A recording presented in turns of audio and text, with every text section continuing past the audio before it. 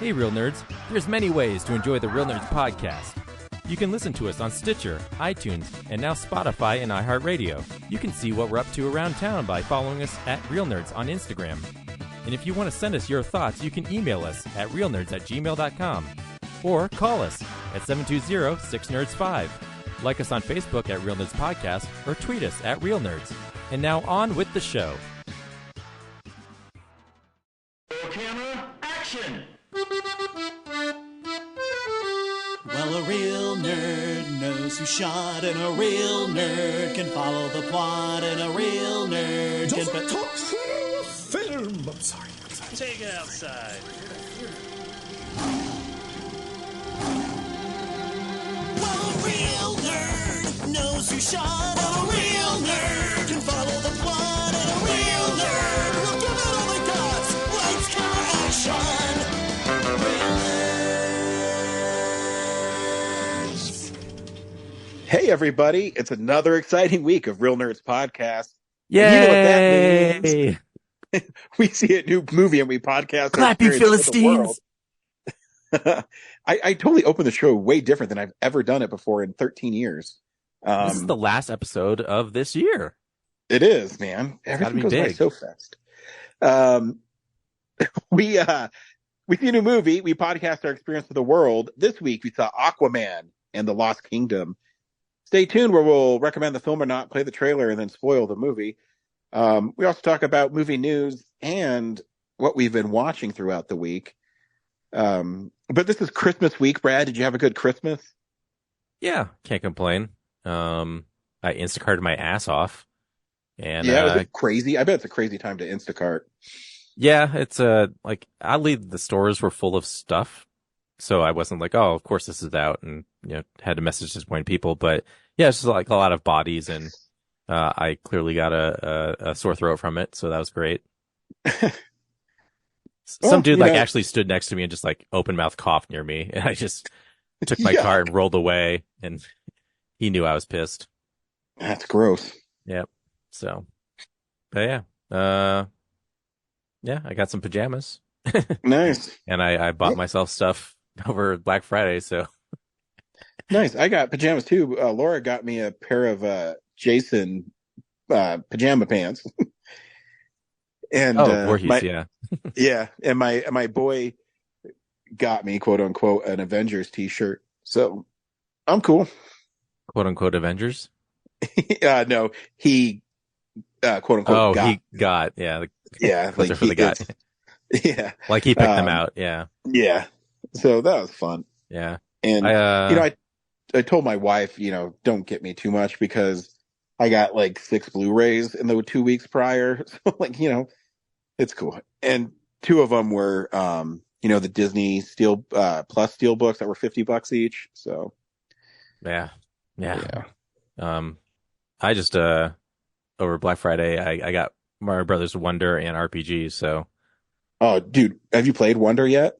Have I? Oh man. Like it is one of the best Mario games, hands down. Well, yeah, it's an amalgamation of like every Mario game ever made, like cranked up to 11. Like, and dude, how beautiful is that fucking game? It is stunning. That game is fucking stunning. Yeah, it's I love that game. It's so pristine. Like every mechanic that you've ever played through a Mario game, and in 2D side scrolling, like the animations and everything, and just like production design, I guess, whatever. For it's just like so specific, and yeah, like in 3, like you changed into a Tanuki suit, like that was the big deal, and now we have like if you collect this seed, the level reverses itself and goes like from night to dark or night to day, and yeah, it's just like or even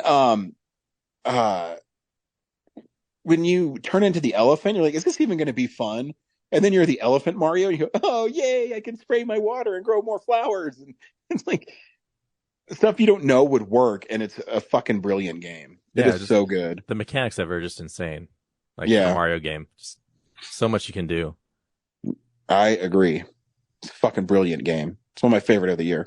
Yeah. And then Mario RPG, I was like, I don't have to rush out and get that. Like, I have the SNES cartridge still. But then I was like actually digging into it. I was like, oh, they actually rebuilt this game. So yeah, They did the same thing. When I was playing it, it reminds me a lot of Link's Awakening, where the core mechanics are the same, but how they updated it is just really cool. You know, Yep. Link's Awakening kind of had the same look, kind of like Lego Duplo looking people. Yeah. Brilliant. Brilliant. Totally worth it. Yeah. Hell yeah. Speaking of brilliant, Brad, do you recommend Aquaman and the Lost Kingdom? You know what? I didn't enjoy No. the original, but I thought this was actually a little more fun. It's, it's not great. It's not a top tier superhero movie, but I didn't hate it. Like, I expected to be like, oh, this sucks, and then hate it as much as I did the first one. But no, it's kind of just a fun buddy movie. But yeah, it's still a disappointing end to the DCU for sure. Yeah. So, Well, like Amanda Heard's career, this movie never won me over. I don't know. It's not a dumpster fire. But I wasn't a fan of it. And we'll talk about it when we get to the spoilers, but I don't know. It's not horrible. It's not great. It's definitely probably my least favorite. Either this or Blue Beetle are my least favorite DCEU movies. And for some reason, people love Blue Beetle. I just didn't get it. But what do I know? I don't know anything.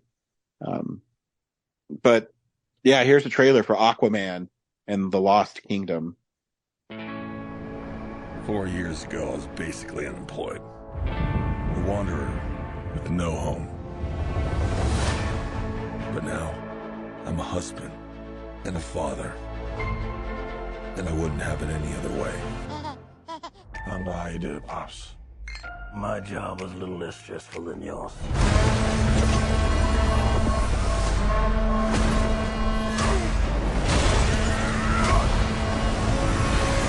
Oh yeah, I finally got a job. I'm the king of Atlantis. 500 million people from every known species in the sea call this place home. But that doesn't mean they all like me. I'm gonna kill Aquaman and destroy everything he holds dear. I'm gonna murder his family and burn his kingdom to ash. He must be stopped, or a global meltdown is imminent. I think I know someone who might be able to help us. Ooh, you look rough. Good job, little brother. High five. Do not call me brother.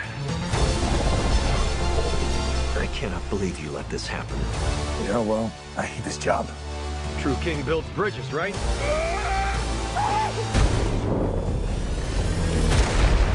True king builds bridges. We need to find Manta. He's different now. He's stronger than before. It's the Black Trident. During King Atlan's time, there were 7 kingdoms. And the Trident was a curse upon them all. The Trident's dark magic is spreading. He means to end the bloodline.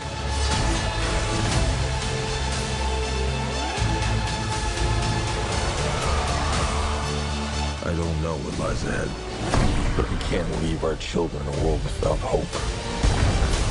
You're not as bad at this as you think. If you lead, the 7 kingdoms will follow.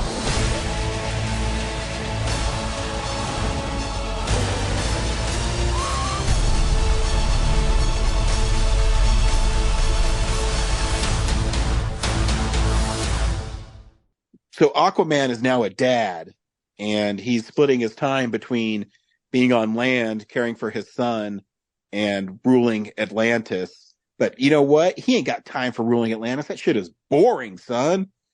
And so let's he's do bored with motorcycle donuts. yeah, for some unknown reason. And so he's bored with it. It turns out there's a threat from I think Black Manta visually is a cool villain. Mhm. His motivation in this film, Um, so the guy who was Black Manta uses the agent from Shield to find. Randall Park. Yeah. Yeah, yeah. I'm just kidding. Um, to find some random lost city of Atlantis or some lost kingdom that is associated with Atlantis, and Black Manta, He's who's a looking doctor as well. he's looking for ancient parts to like upgrade his suit. Yeah, he And then finds a trident that shows him a past where Necris, the water city of the dead or something, I don't know, has been banished and frozen in ice. But now Black Manta has it. He's more powerful. And he goes after Atlantis and this mineral, or what is it called? Ocariclium? I don't know. yeah. Some I'm gonna element try. Yeah. that is affecting the Another world. MacGuffin. Yeah, that's going to make the global warming accelerate. And so Aquaman now has to bail his brother Ocean Master out of the fishman's prison in the Sahara. But he's not allowed to. That could piss off the Yeah, the fisherman kingdom. it sure can. And, so he bails him out. He gets water again, and he's strong again. And then they team up to take down Black Manta and stop him from unleashing the army of the sea dead. I don't know, something like that. And Should someone who didn't hate it talk about it? Explain it? yeah, you can explain it if you could explain it better. Yeah. Aquaman is perfectly content being a dad, so much so that Atlantis is a little frustrated that he's not doing more as the king of Atlantis. And then Black Manta is full on mission to just kill Aquaman at the expense of everybody else. I do like Black Manta's voice. That guy has a cool voice. Oh yeah. Did you see him in fuck, was it Watchmen? Oh, huh. Yeah, he played Dr. Manhattan. Oh, yeah, he'd be a good Dr. Manhattan. Yeah. But anyway, yeah, so in the pursuit of powering up his destroyed suit from the last movie, he discovers, this lost kingdom and Necris and the Trident gives him visions and promises of more powers, and they have to mine that whatever unobtainium thing, and it causes gross excessive greenhouse gases, and the climate goes nuts, and then Aquaman's like, we gotta find out why the climate's going nuts. And then they trace it back to Black Manta, and they're like, well, the only one who knows how to track down Black Manta is my imprisoned brother. And then they say like, oh, you can't track him down because the fisherman kingdom will be upset. Like he killed a bunch of their guys. So Aquaman dons a stealth suit, which he just wears up to his neck but doesn't cover his face, yet it still stealthily covers his face. I'm not sure how that worked. But yeah, they rescue his brother. He touches water and gets flexed out again. And then like a scene later is like his haircut in his own suit. I don't know where they got it from. Yep. Yeah. And then they kind of like reconnect with Mara and his mom and his dad, and they talk to a, I don't know, fish thing voiced by Martin Short, who also is the next step in finding him. And basically him and his brother just kind of roam the world, hating each other and blaming each other for things and teasing each other. Aquaman makes him eat a bug and then tells him he should try to eat burgers because they're awesome. Yep. And then they fight Manta a bunch in these. Did you mention all the bad CGI or just no? I don't know if bad CGI. It's just excessive. There's some parts that looks bad. There's some parts where it looks incredible, and this was always drives me crazy about movies. Sometimes is there's parts like the creatures look insane, like insanely cool. Yeah. But then why do you CGI people walking? And it drives me crazy because looks so unnatural. Probably because the landscape's CGI as well. So yeah. But It's cool they had like a little octopus buddy. That was fun. yeah, Toto or something. yeah, but it looks like to me, as a personal opinion, that Jason Momoa didn't have a costume. He literally showed up on set with his cargo pants, his tight long sleeve shirt, all his rings on, and then just was Jason Momoa. Like, was his character like this in the first Aquaman? I don't even remember.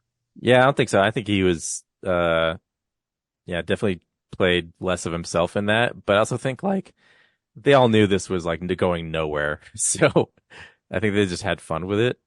Well, it's such a contrast though because Patrick Wilson has these really like it Shakespearean feels scenes. yeah, like where he's talking and he says he says the stuff and then he says, "Nah, bro, have you tried a burger? It's freaking awesome." It just was so weird. And I don't know how many times someone almost got hit by a trident or almost died, all of a sudden be miraculously saved at the last second. Whether it was Mira saving Aquaman, whether it was Aquaman saving Ocean Master, whether it was Aquaman trying to save Black Manta, or I'm just like, oh my god, how Yeah, many like times is someone even gonna Randall stop the Park got trident from blown hitting up him? and survived. Yeah, I don't know. They're just as I watched it. I mean, it's not that it's like bad. It just seems that it's just there, Yeah, low and stakes. yeah, and you can tell that they did have to reshoot a bunch of it because I'm sure this had more implicating moments for the rest of the DCU. Yeah. And then, well, we're not going forward with it, so we need to find a way to end this story.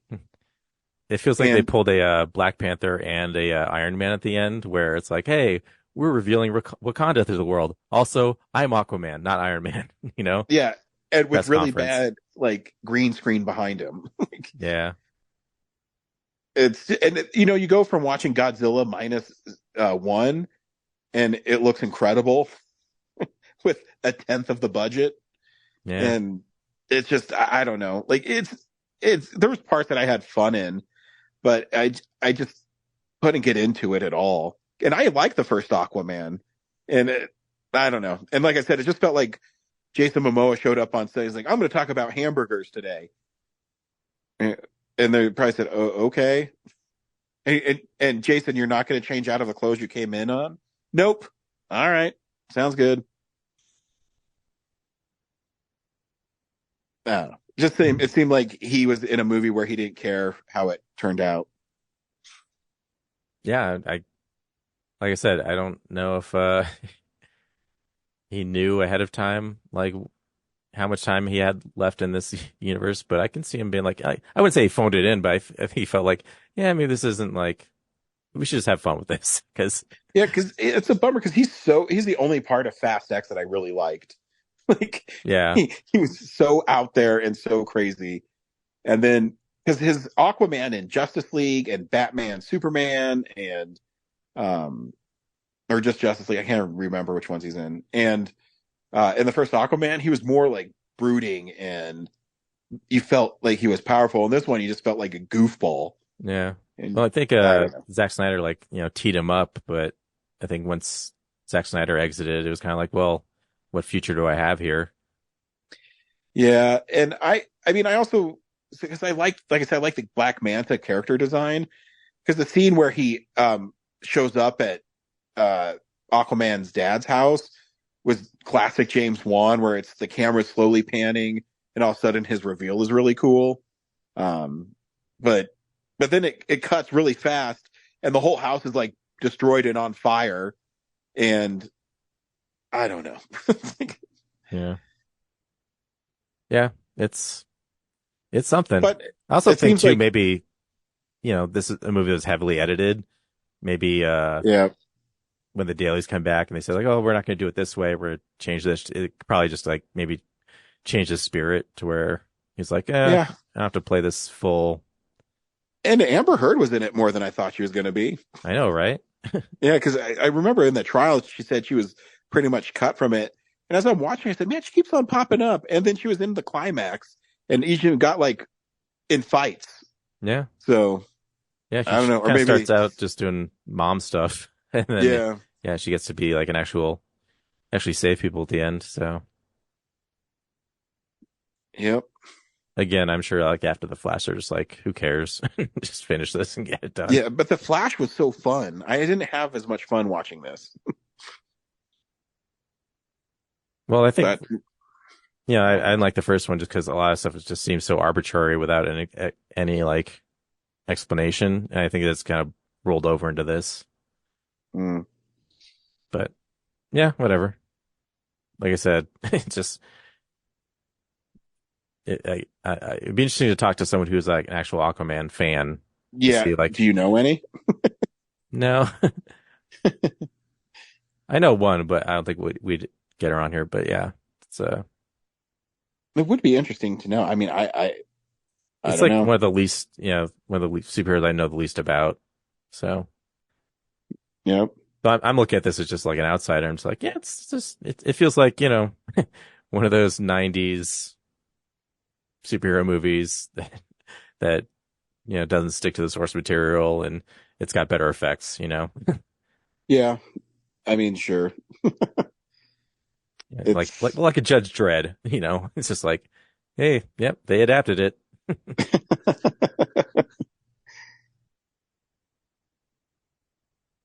sure. I mean, good for them. Cool. Yep. This is the big news story of the week.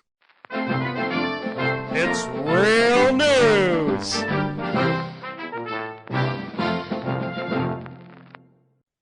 I really don't have anything. Because it's, Christmas and no one's doing anything. There's nothing that's really stood out. Have I missed something or do you know anything? I was relying on you, so I didn't really think of it. I've seen rumors that Warner Brothers is trying to merge with Paramount. Oh yeah, that is a big news. Yeah, which okay. Can I we mean, stop? Please stop. yeah. The only thing I think would be okay with it is if they just sold their movie stuff to Paramount and it'd be like a movie studio again. This whole focusing so hard on reality TV and not delivering the best product is really aggravating.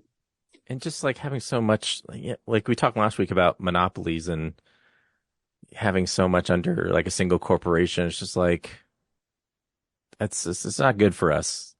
Like No. it's good for them, but it's not good for society. Like we need more opportunities for jobs and less people making the final decision on a lot of things. Rather, just needs to Yeah, go in the hands of more people. agreed. Because you get into a a thing where you're only going to okay certain movies, and now only a certain amount of people are going to see them, or make the decision for it, and it just gets aggravating. Yeah, creative controls is going to be like Um, limited to a very like small group of people, and it's just going to be harder and harder to exactly, get other stuff out there. exactly. And we're already dealing with like more expensive Blu-rays and everything. It's just like if Warner Brothers and Disney, if Warner Brothers slash Paramount and Disney like only had the movies, like they could just make them even They more do what they expensive. want. Yeah. Like. Like, hey, all your streaming subscriptions go up. Like, Yeah, because I'll even be honest. When I went to get, I was going to get the steelbook for Indiana Jones and the Dial of Destiny, even though I didn't think it was that cool. But I was like, my other ones are steelbooks. So I'm going to keep it going. But then yeah, when I got to Best Buy, I didn't get it because it was $41.99, and I thought the just standard 4K, like the design was so much better. yeah, So, totally. Did you so see that's that what I do. Godzilla steelbook's like $60? I'm like, why? Like What? the '98 Godzilla steelbook? What? Yeah, online it's fine, but like the tag in every store I go to, it's $60. I'm just like, it's not like 4 discs or something. It's just a Wow. standard like 1 disc, 2 disc, '98 Godzilla steelbook. Like it should be Wow. $15. Yeah, that's generous. Yeah. Wow. But yeah, it's like all they know how to do is just do mergers and acquisitions. They don't know how to like actually generate content. So it's like, Exactly. okay, so they do get Paramount. And they're like, well, now we got to make content. you know what? Let's just try and buy Prime or Apple Plus. How about that? I know how to do that. It's like, Yep. cool. Now we have even less choice. It's just like, Which what also pisses me off is one of my favorite films from 2023. Spoilers for Film Explosion, but Bottoms doesn't have a release date on Blu-ray. Barbarian the year before, because Bottoms was made under MGM, which is owned by Prime, which means it's only going to probably be on streaming. yep. So it's super aggravating. Yeah, I was looking through a lot of my list for this year. It doesn't have a physical release, and yeah, it's super and stuff from last year. I haven't Yeah. been able to get. So it's slowly become a world where the things I like, I as much as I love physical media, I actually can't get it. Yep. And that's why I always get it, because just in case something like this happens, where, Best Buy now is going to get rid of their stuff. But on Black Friday, I picked up, even though like some of the Disney 100 steelbooks aren't the best, like I still picked up like three of them because they were $9. So, Yeah. They had the Lord of the Rings 4Ks for like $54, like that yeah. $100 set. I Yeah. picked that up, and oddly enough, no digital copy. Really? The Hobbit trilogy has digital copies, but not the Lord of the Rings. Like, what's that about? Yeah, I have no idea. I don't know what's going on. Fucking world we living in, Brad. What is going on with these people? Uh, hey, we do watch movies throughout the week, sometimes streaming, sometimes physical. Here's what we've watched this week. So, yeah, this is the stuff we've been watching. Brad, did you watch some cool things this week? Yeah, I saw the Iron Claw. Oh, the Von Erich family. Yeah, that's a messed up story. Fucking A, it is. Yeah, you're more familiar with wrestling than I am. You haven't Yeah, seen I it, heard right? I haven't seen it yet, but I heard they also didn't put the brother that committed suicide in there because it was already too heavy. So Yeah, interesting you said that because yeah, I'm less familiar with wrestling. So I went and saw it. It's great, by the way. You should see it. It is long. It is like 2 hours and like 10 minutes or something, but it's a compelling movie. And incredibly tragic. yeah. So yeah, it's the story of the Von Erich family. The patriarch, pushes his kids so hard that it just ruins their lives. So yeah, you start out in the past and you show, these four brothers. You eventually find out there's a fifth brother who died in childbirth, and then, they go on to wrestling careers. Really, just like their dad is trying to chase his own dream using them, and it just destroys them. Leads them to drug abuse that kills them, or there's some exaggerations, like one of the brothers crashes out on a motorcycle and loses his foot, and Yeah, that's a real story. wait, that did happen to him? Yeah. Because I And he had a Wikipedia'd it, and I thought, like, so here's the thing. The movie leaves a brother out because two of them killed themselves the same way. They shot themselves. And I think, like if it was a fiction story, that would make sense because it's redundant. So they merged the brothers. But yeah, I thought losing the foot was just kind of like, oh, this is just to make it different and more interesting than the other No, deaths. the lost the foot thing, people didn't even know he lost his foot until like he had an autopsy or something. Oh, Only like certain wrestlers did. Because that's the brother who wrecked out on the motorcycle, right? yeah, he's the Olympian, and yeah, he loses his foot, and like his dad pushes him to just keep playing, and so yeah, he gets a prosthetic and wrestles with it. And then later he shoots himself in the movie. Yeah. So that's like combining the other brother's death. Yeah, something like that. Yeah. Yeah. And then another one, he's like, he doesn't want to wrestle. He just wants to be a musician. And, yeah, the dad forces him to wrestle. And then he like busts his shoulder and goes into surgery, huh? Zac Efron plays Carrie Von Erich. No, he plays, Kevin, the one who breaks the curse. He's still around, and he talks about it because he has kids and stuff, and yeah, grandkids too. Yeah. But yeah, so throughout the whole movie, Kevin's just like freaking out because he's watching his brothers like drop one by one. He's the one who's in the best position to be the best wrestler, but things just don't go his way, and his dad just makes him feel like shit every time he fails. So he goes to the other brothers and pushes them, and so then he meets Lily James and starts a family, and then he just gets afraid that he's going to pass this curse on to his own kids, so he like detaches from her, and just like all these different deaths is just like so disturbing. And Yeah, it's fucking a crazy story. And the music one who gets like toxic shock syndrome, so it's like he only had a shoulder injury, but it like destroys his brain, so he like can't even enjoy music. Yeah, it's just awful. Yeah, But it's a family that's made for Hollywood because the story is so unbelievable. Yeah, but yeah, I was like, I can't believe this is real. Like this is, and I've never heard of it before. Like, yeah, because a lot of them died in the early '90s. I think it was late '80s, late '80s, early '90s. Yeah, like really close together too. Yeah, yeah. And one I think killed himself like on his couple days after his birthday or something. And yeah, it's a sad story. So definitely, check it out. It's pretty great. Yeah, I'm going to. Yeah. And the last thing I saw was Ferrari. I saw that trailer so many times, it really turned me off from seeing the movie. Yeah, me too. But I was like, it's the last week of the year. I feel like I'm just like, I want to use my Alamo Pass and my Regal Pass as much as possible. Oh yeah, for sure. I mean, I'll probably see it with my Alamo Pass, but it's one of those things. Man, every time I go to the movies, I see this trailer. Yeah, when he says like no two objects can occupy the like same moment in time, it just feels like it's trying to be a Christopher Nolan movie. It's just like, yeah. But it's not bad. Like the cinema, like in the past I've criticized Michael Mann's cinematography, like his digital era. I was like, this doesn't look great, but I think he went back to film in this, and it looks better. But the story is kind of more about Ferrari and his like dual lives, like with his mistress and his illegitimate son, and meanwhile he's trying to like save his company.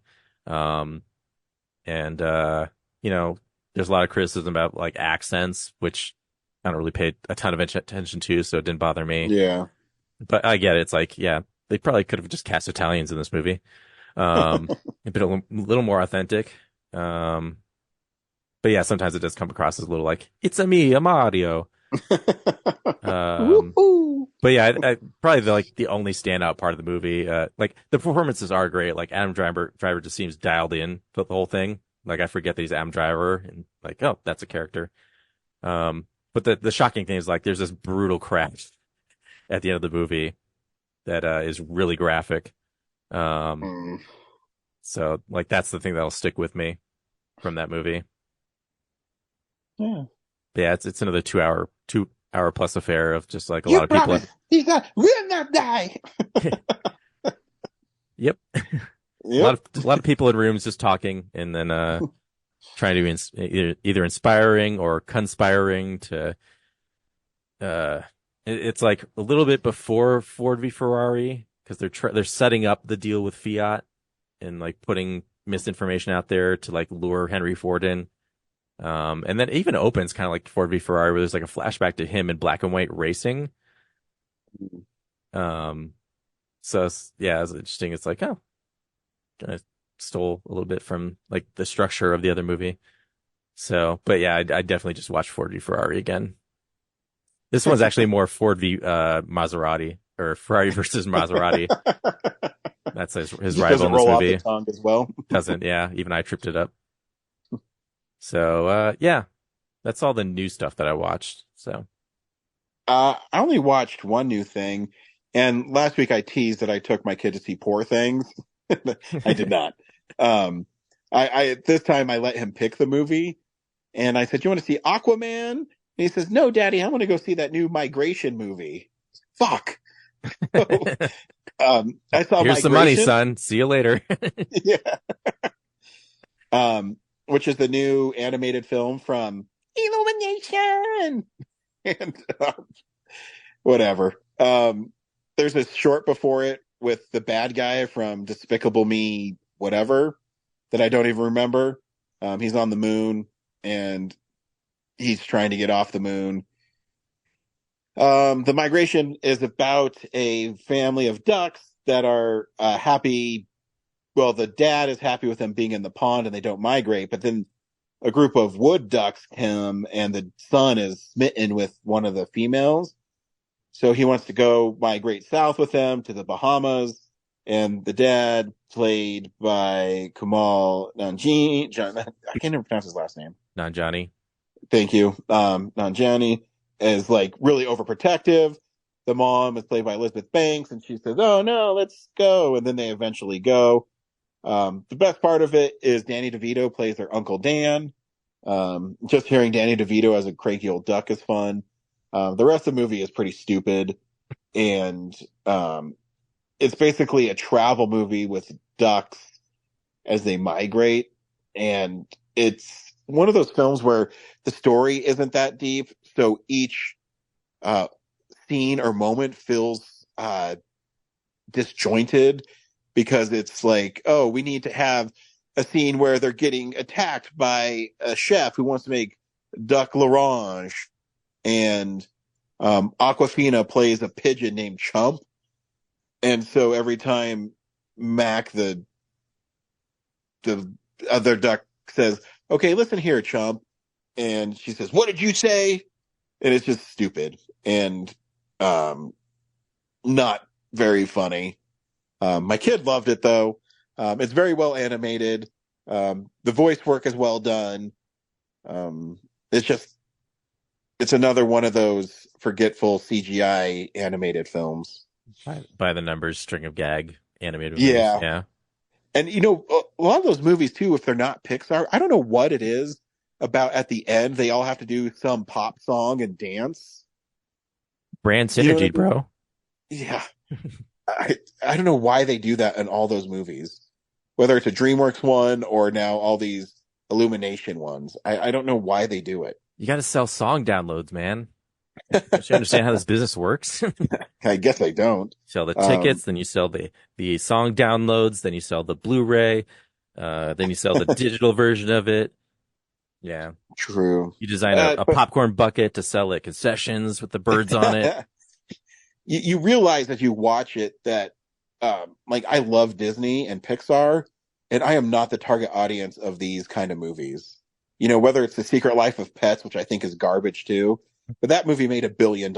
So what the fuck do I know? Nothing.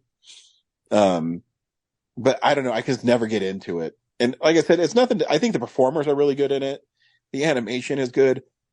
It just doesn't have the stories, Pixar, where in Soul, it's about a man trying to, carry on a legacy, and he dies before he can do it, and how he's remembered in life. And they don't have those lessons in these movies. And I think that's what I'm missing from them. But I guess if you have a kid and they like colorful things that say really obnoxious stuff, and then there's a song at the end, then this is the movie for you. Yeah, that's the goal. Just get the kids excited enough to drag their parents to it and sell a ticket. Cool. Well, next week will be Film Explosion, so send us this list of your favorite films of 2023. And until then, we'll see you at the movies. Well, a real nerd knows who shot. A real nerd can follow the plot. And a real nerd will give it all they got. Lights, camera, action. Real nerds. Thanks for listening to Real Nerds Podcast, a Nebulous Visions production. Stream or download episodes, read articles at realnerdspodcast.com. Stream us on Apple or Google Podcast, Stitcher, Spotify, or iHeartRadio. Follow us on Facebook, Real Nerds Podcast. Twitter and Instagram, @RealNerds. Watch us on YouTube, Real Nerds Podcast. Email us at realnerds@gmail.com. Call us at 720-6nerds5. Thank you to Sparks Mandrill, Mike at Plan 9 Studios, and Bolognium for all of our groovy theme songs. And that's how you fucking do it!